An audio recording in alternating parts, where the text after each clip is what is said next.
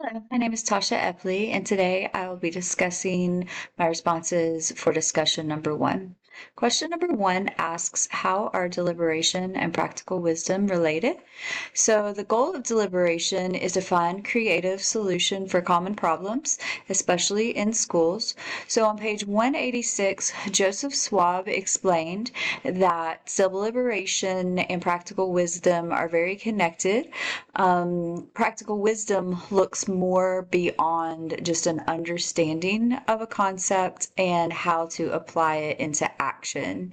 And then he explains that the bridge between understanding and that practical application is deliberation. So looking at how to go beyond just getting students to understand concepts and go to those higher order thinking skills, such as application and analysis, for real world solutions, and hopefully ones that will really benefit them in life.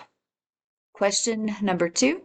Why are school administrators frequently attracted to a systematic view? I think that administrators are probably attracted to a systematic view because it really answers a lot of the issues they deal with mandated federal and state testing and guidelines that affect their report card scores, and then that directly affects the school funding. I feel like it gives administrators a clear path of objectives and what is expected of them as a school, and as they create their school vision and philosophy for the teachers, it gives a clear path of objectives. It also allows for quick and easy data and feedback to give to their teachers, and then it does also relieve a little bit of pressure from the administrators with these state and federal expectations, that it's not just the administrators creating these, but that the school is working together as a whole. So I feel like a systematic view can give a clear path to a unified vision. A problem can be, though, that the administrator can be tied to the expectations of the state and the federal government, and so they can't really create their own vision for the school because they may be tied to those guidelines.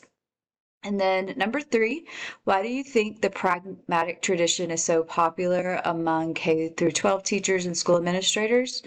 Well, the pragmatic tradition typically focuses on what works. And as a former teacher, I've taught for almost 2 decades, I would definitely agree that most teachers want to stick with what works. Teachers typically, on a normal day, are just putting out fires, trying to do their best to solve problems quickly for the betterment of their students and the school body. So pragmatic things that work definitely help teachers.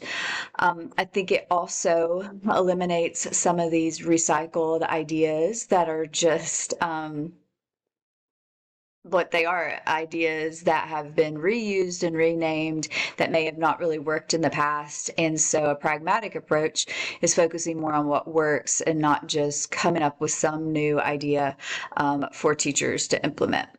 I think it also helps teachers to maintain their innovation and autonomy in the classroom, allowing them to explore what works, to collaborate with other teachers, which is also important. This practice gives a lot of room for that. And then finally, it allows teachers to impact change on students and make a difference. And that's why many teachers got into the profession. So it allows them to keep their creativity and autonomy, and then collaborate with other professionals to talk about what works, to try what works. It keeps learning fun and adventurous as teachers work together to find out what works for students. It allows students to also get involved and to really see how the curriculum can impact their lives. Thank you. Have a good day.